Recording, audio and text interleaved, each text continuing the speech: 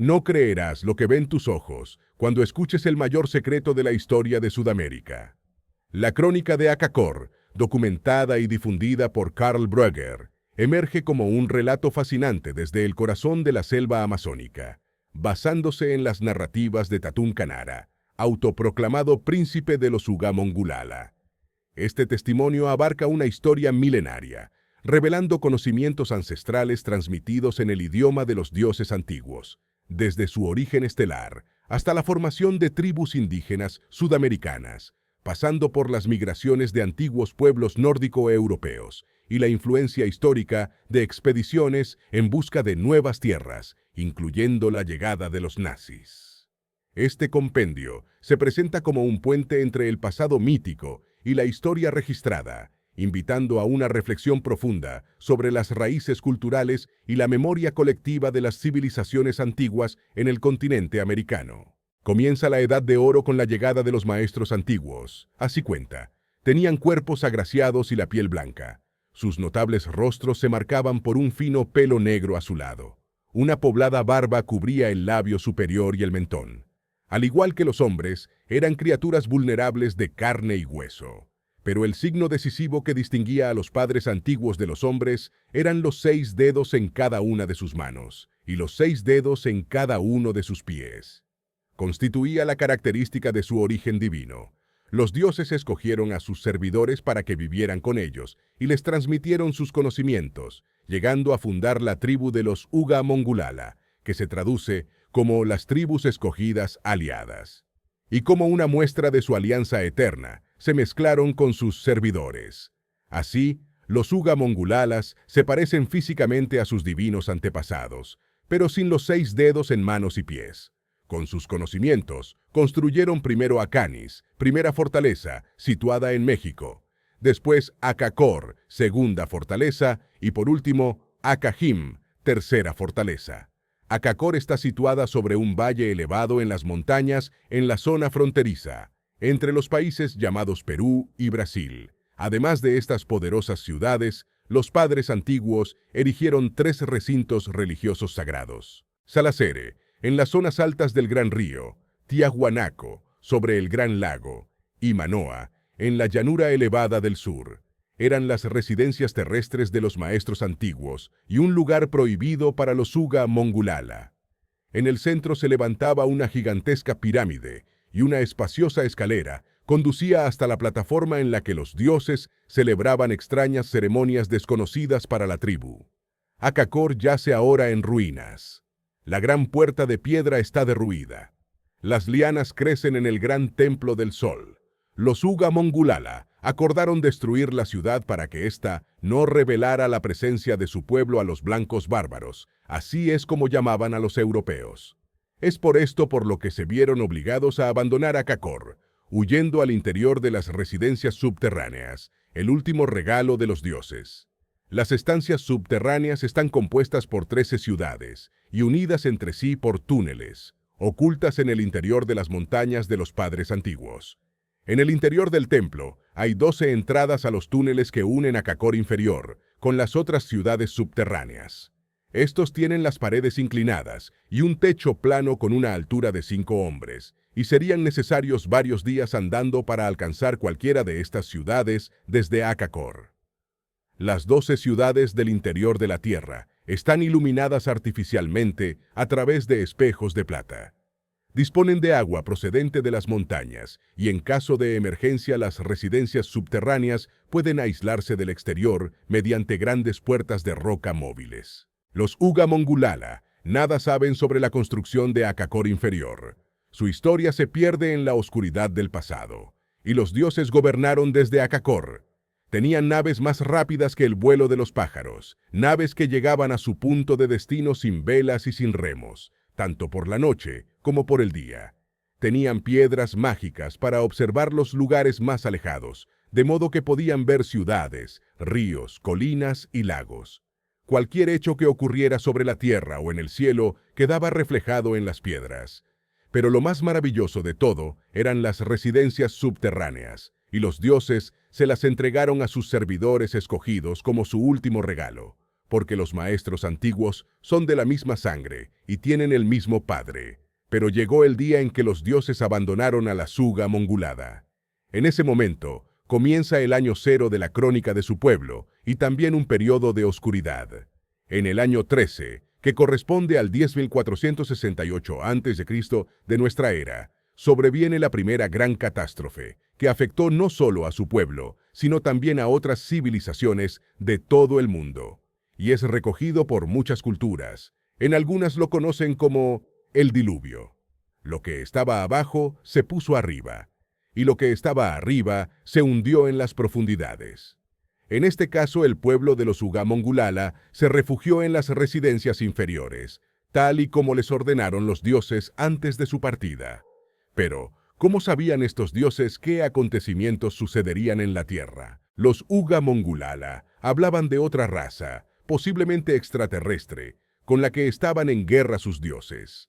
Nuestros sacerdotes dicen que en el periodo anterior a la hora cero existía otra nación de dioses que era hostil a nuestros maestros antiguos. Según las imágenes del gran templo del sol en Akakor, las extrañas criaturas parecían hombres, tenían mucho pelo y eran de piel rojiza. Como los hombres, tenían 5 dedos en las manos y 5 en los pies. Más de sus espaldas crecían cabezas de serpientes, de tigres, de halcones y de otros animales. Según narran las crónicas de Akakor, después de esta catástrofe, la estructura geológica del terreno cambió, y los lugares sagrados de Salacere, Tiahuanaco y Manoa fueron destruidos por la furia terrible de los dioses. A esta primera catástrofe le siguió otra. Castigaremos al pueblo, lo erradicaremos de la faz de la tierra, al hombre y al ganado, a los gusanos y a los pájaros del cielo, porque han rechazado nuestro legado. Los Uga Mongulala estaban al borde de la extinción, a consecuencia de las guerras con otros pueblos. Pero según narran sus escritos, los maestros antiguos regresaron. En el año 7315 y 3166 a.C., los maestros antiguos de las tribus escogidas regresaron a Akakor y asumieron el poder. Los dioses apenas permanecieron 3 meses con los Uga Mongulala. Seguidamente, abandonaron de nuevo la tierra. Tan solo los hermanos Lhasa y Samón no regresaron al lugar de sus padres antiguos. Lhasa se estableció en Akakor. Samón voló hacia el este y fundó su propio imperio. A menudo Lhasa estaba ausente con su disco volante. Visitaba a su hermano Samón, volaba al poderoso imperio del este y llevaba consigo una extraña vasija que podía atravesar el agua y las montañas. Las crónicas no recogen exactamente dónde se asentó Samón. Lhasa era el hijo elegido por los dioses, y según cuentan, nadie podía derrotarle ni matarle. Él fue quien reconstruyó el antiguo imperio e incluso lo amplió, ordenando la construcción de nuevas fortalezas, entre ellas Machu Picchu. También construyó la ciudad de Ofir, en la desembocadura del Amazonas, que estuvo comerciando con el imperio. Luego, regresó con los dioses. El siguiente hecho histórico tuvo lugar en el año 7951, 2470 a.C., cuando Viracocha, segundo hijo del rey Sincaya, descendiente de Lhasa, quiso reclamar su poder y desafió las leyes de su pueblo para finalmente abandonarlo, fundando su propio imperio, el Imperio Inca, el cual bajo su mandato se convertiría en una gran potencia que llegó a amenazar a la tribu elegida.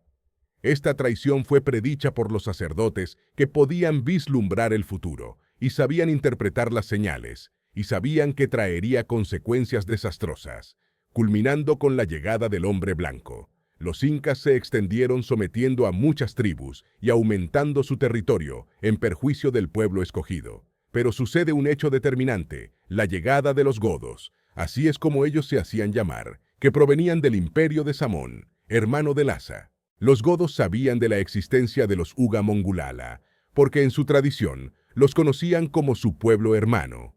Según los relatos de los godos, también su historia tenía un origen divino. Muchos miles de años después, los godos se vieron forzados por el hambre y por las tribus hostiles a desplazarse hacia tierras de su pueblo hermano. Así fue como los godos llegaron al imperio de las tribus escogidas, y así fue como se establecieron en Akakor. Ahora existían 2 clanes, mas una solamente. No hubo ni peleas ni discordias. La paz reinaba entre ellos. No hubo ni violencia ni disputas. Sus corazones estaban apaciguados. No conocían ni la envidia ni los celos. Ahora Akakor contaba con la ayuda de un pueblo más avanzado tecnológicamente y con más conocimientos en la guerra, lo que supuso el resurgir del imperio. Así vivieron 1000 años de paz, firmada con los incas desde la llegada de los godos. Pero esta etapa se vio interrumpida con la llegada del hombre blanco. El hombre blanco, a partir de 1492, se extiende por América. La llegada de los españoles, hombres barbudos, causó alegría a los pueblos indígenas, creyendo que habían regresado los dioses después de 6000 años. Pero los sacerdotes, que conocen todas las cosas, que ven el futuro y para quienes nada permanece oculto, observaron signos ominosos en el cielo. Muy pronto se descubrió que las noticias sobre el retorno de nuestros maestros antiguos constituían un cruel error. Los Uga Mongulala se vieron obligados a retirarse a las ciudades subterráneas interiores, abandonando ciudades como la de Machu Picchu. Desde la llegada de los españoles, el pueblo indígena ha visto cómo su espacio exterior ha sido invadido por explotadores del caucho, buscadores de oro y todo tipo de saqueadores, lo que provocó constantes enfrentamientos con los Uga Mongulala. El año 1936, tras asaltar un asentamiento blanco, tomaron como prisionera a una monja alemana que pronto se ganaría los favores de la tribu y se casaría con el rey del pueblo.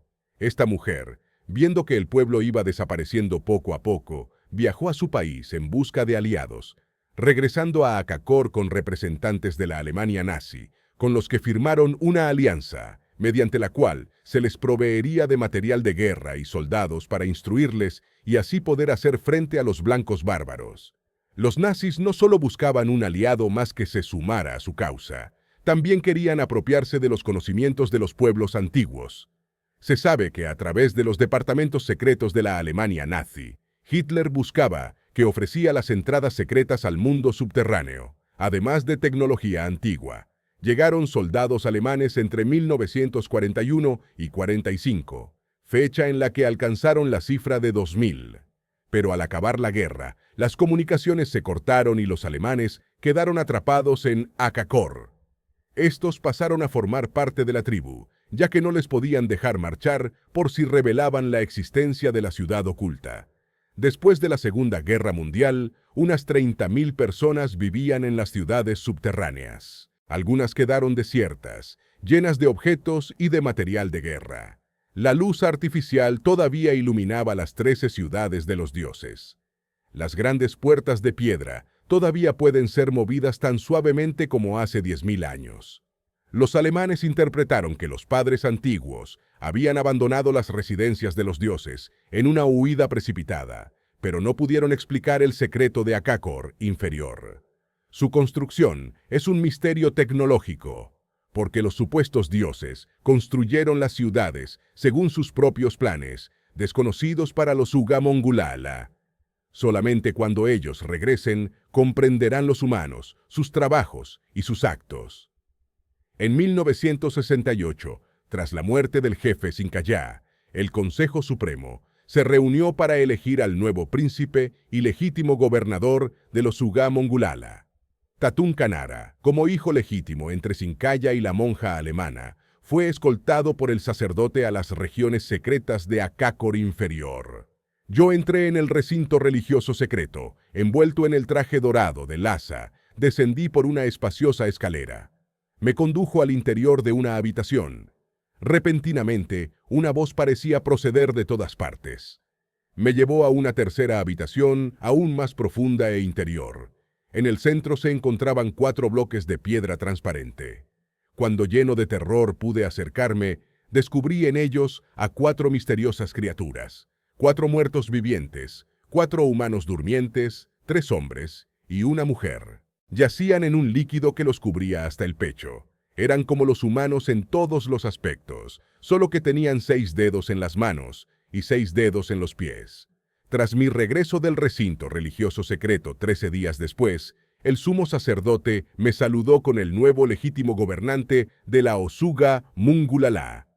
Había quedado profundamente impresionado por las misteriosas criaturas. ¿Estaban vivas o muertas? ¿Eran los dioses? ¿Quién las había colocado allí? Ni siquiera el sumo sacerdote conocía la respuesta. Según las señales, el final de los Osuga Mongulala está cerca, si no se ha producido ya. Es por eso que Tatún Kanara intentó buscar ayuda desvelando esta historia.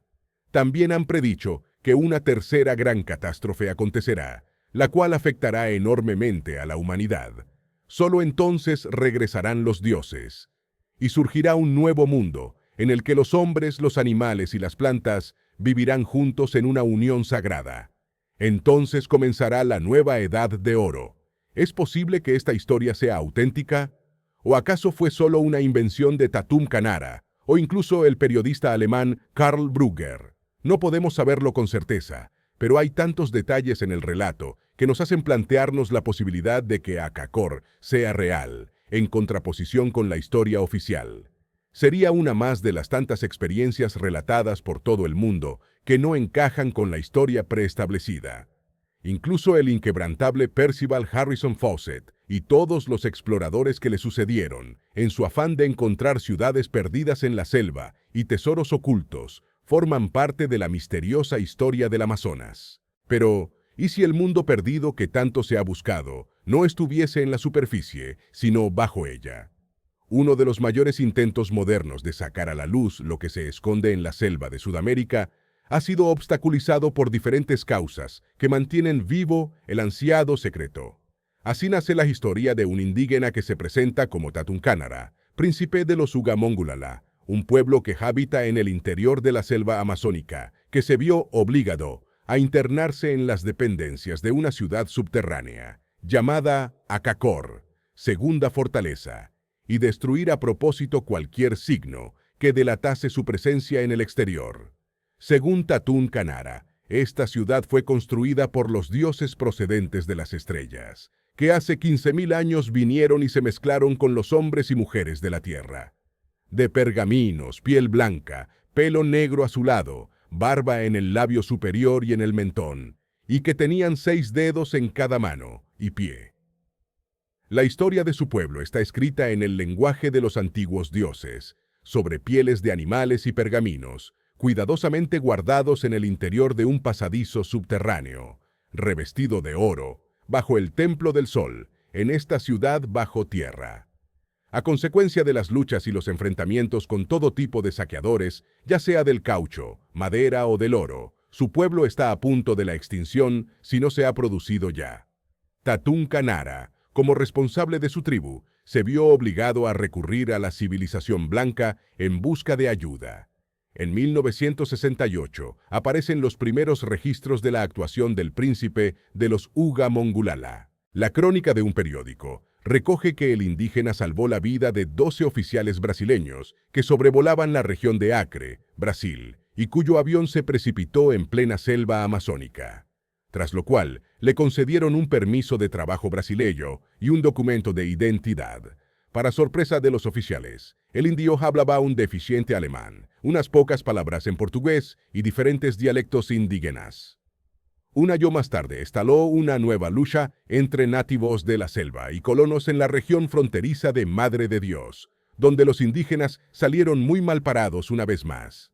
Según la prensa peruana, el líder de los nativos se hacía llamar Tatunka, que terminó por refugiarse en Brasil. Tras aquella revuelta, Tatún Kanara intentó el diálogo con funcionarios brasileños del Servicio de Protección Indígena, FUNAI, que se mostraron reticentes a sus plegarias y solo consiguió que le encarcelaran. Pudo salir de prisión gracias a la ayuda de los oficiales brasileños, a los que rescató, tras lo cual se internó en la selva. Hasta que en 1971, en la ciudad brasileña de Manaus, Tatunka tuvo un encuentro con el excomandante de la línea aérea Swiss Air, Ferdinand Schmid, que quedó fascinado con su historia. El excomandante se puso en contacto con el investigador suizo Erich von Däniken, autor de varios bestsellers y defensor de la teoría de los antiguos astronautas, al que mantuvo informado durante varios años sobre los movimientos del indígena. Pero sería el alemán Karl Brugger, un corresponsal de radio y televisión alemana que llegó a Brasil, quien finalmente comprobaría y registraría el testimonio de Tatún Kanara. Brugger tenía estudios de historia contemporánea y se le consideraba un especialista en cuestiones indígenas. Gracias a él, se conoce esta fascinante historia, recogida en su libro La Crónica de Acacor, una obra cuya publicación se censuró en Brasil y algunos países de habla hispana, en la que narra el increíble testimonio del caudillo indígena, que de ser cierto, sería uno de los mayores secretos ocultados al mundo. Karl Brugger y Tatum Canara se vieron en la ciudad brasileña de Manaos. Brugger se sorprendió al ver los rasgos físicos del jefe indígena. Era alto, tenía el pelo largo y oscuro, y un rostro finamente moldeado, con ojos castaños, ceñudos y suspicaces. Y lo más llamativo es que presentaba un color de piel blanco y hablaba en un torpe alemán.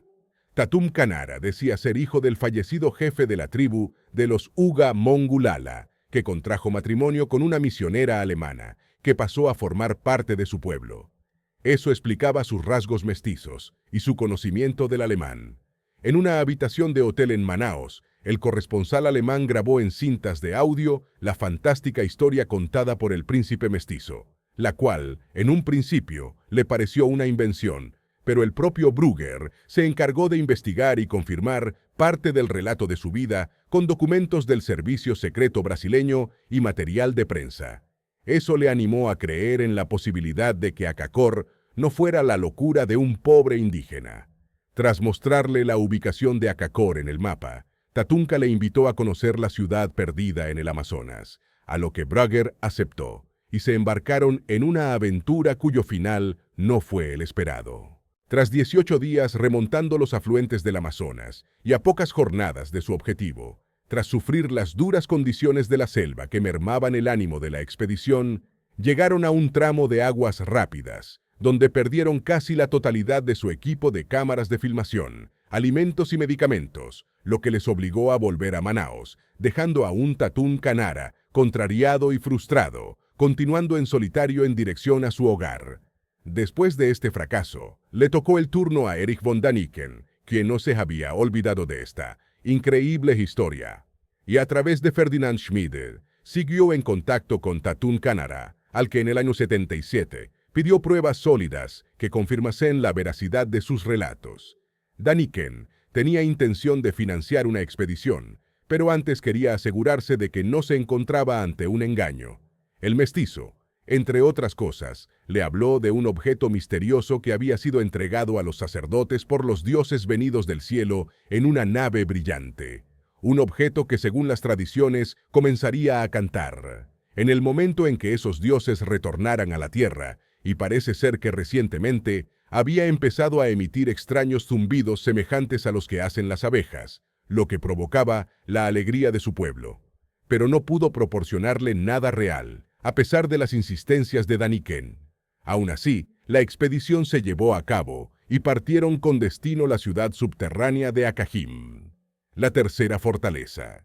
Es una ciudad de piedra escondida entre las montañas de Venezuela y Brasil, cuya entrada se oculta tras una inmensa cascada de agua de 300 metros. El mestizo pudo revelar estos datos porque Acajim permanece en ruinas desde hace 400 años. Cuando la expedición estaba a poca distancia de su objetivo, al renombrado arqueólogo y expedicionario que acompañaba al grupo, por orden del gobierno brasileño, llamado R. Pires Brandao, se le disparó su arma de fuego hiriéndole en un brazo, acabando con las expectativas de descubrir la ciudad. Por lo visto tenía órdenes del propio gobierno brasileño de boicotear la expedición cuando estuviesen cerca, algo que Däniken denunció públicamente. Tuvieron que regresar, justamente cuando avistaron lo que parecían formaciones piramidales cubiertas por una frondosa vegetación a tan solo 2 días a pie de Acajim. Organizó una nueva expedición, esta vez encabezada por Schmidt y guiado de nuevo por Tatum Canara. Pudo fotografiar 3 pirámides junto a una cadena montañosa. Al parecer se trataba de Acajim. Se encontraban a muy poca distancia de la ciudad cuando alcanzaron la entrada, situada detrás de una catarata. Y a su encuentro salió un indígena, al que Tatum Canara identificó llamándole Ramos, y ambos se abrazaron, mostrando un reconocimiento mutuo. Ramos lucía un largo cabello negro, piel oscura y ojos verdes. Ramos era el jefe de los guerreros de los Uga Mongulala, quien esperaba reunirse con Daniken, pero el suizo, esta vez no participó activamente en la expedición. Y tras una conversación, otra vez la aventura terminó sin alcanzar el ansiado destino. El príncipe indígena, Tatún Kanara, después de hablar con Ramos, pero no le garantizaban su regreso con vida. Llegados a este punto, a pocas horas de su objetivo, valorando que tal vez no sobreviviera para contarlo, aceptó continuar hasta la ciudad de Acajim, pero Tatunka se interpuso y no le dejó ir con Ramos. Que volvía solo a la civilización blanca, lo culparían de la desaparición del excomandante. Y así fue como una vez más fracasa un intento más por encontrar la ciudad perdida. Pasado un tiempo, en 1984, Karl Brugger seguía vinculado al enigma de Akakor y estaba a punto de abandonar su cargo como corresponsal en Brasil para dedicarse exclusivamente a desvelar el misterio. Fue entonces cuando sucedió una tragedia. Brugger paseaba con un compañero de trabajo por la ciudad brasileña de Río de Janeiro, cuando fue disparado a quemarropa por un individuo sin identificar, tras intercambiar unas palabras en portugués, hiriendo de muerte al periodista. Casualmente, el disparo fue dirigido donde Brugger tenía tatuada una tortuga, igual que la del príncipe mestizo Tatún Kanara. La tortuga era un símbolo de poder en la comunidad Uga Mongulala. Por ese motivo se relacionó al asesino con el indígena, que finalmente se demostró que no tuvo nada que ver en ese percance. ¿Se trataba de una traición, un ajuste de cuentas, o un modo de culpar y ensuciar la imagen de Tatún Kanara? Tras la muerte de Brugger, el consulado alemán entró en sus dependencias haciéndose con todos los archivos y documentos del periodista, relativos a su investigación sobre Akakor. Según fuentes cercanas al investigador, Brugger tenía intención de revelar documentos e incluso filmaciones o imágenes relacionadas con Akakor que causarían un gran impacto en el mundo. Si estos archivos existían, jamás salieron a la luz. ¿Qué era tan importante como para que el servicio secreto alemán desvalijara las dependencias de Brugger? ¿Qué había descubierto que podría causar un gran impacto en todo el mundo? Desde ese momento, se filtra desde Alemania que el verdadero nombre de Tatún Kanara era en realidad Hansi Hauck, un exconvicto de origen alemán afincado en Brasil, puede que con la pretensión de destruir la historia del indígena. Además, si toda la historia de Tatún Kanara era una invención, ¿por qué las autoridades se tomaron tantas molestias en encubrir pruebas y boicotear expediciones? ¿Por qué hacerse con los documentos secretos del periodista? Y sobre todo, ¿por qué intentaron culpar a Tatunka del asesinato? Con respecto a la credibilidad de Tatún Kanara, es extraño que ninguna de las expediciones haya alcanzado su objetivo. No le entregó pruebas a él y von Daniken sobre su existencia. Sin embargo, sí se las dio a un obispo católico llamado Grotti, a quien llevó a la ciudad de Akakor y se llevó pruebas de su existencia. Estas fueron enviadas al Vaticano y nunca más se supo de ellas. Y casualmente, Grotti murió en un accidente de avión bajo extrañas circunstancias. En defensa de Tatún Kanara, Brugger corroboró que algunas tribus indias como Yaminawa y Caxinagua reverenciaron a Tatún Kanara como su jefe, aun cuando él no pertenecía a dichas tribus. El debate se enciende en torno a la veracidad de los eventos descritos en las crónicas de Akakor de Brugger, especialmente después de su confrontación con documentos del servicio secreto brasileño. La interacción directa de Daniken con Tatún Kanara arrojó más dudas sobre la fidelidad de lo narrado por Brugger, revelando discrepancias significativas con la realidad compartida por el indígena. Este encuentro pone en tela de juicio no solo la autenticidad del relato de Brugger, sino también el proceso de documentación y representación de historias dentro de la literatura, desafiando a los lectores y críticos a discernir entre la ficción y la realidad en el contexto de un éxito literario global. Gracias por ver el video. Gracias por ver el video. Gracias por ver el video.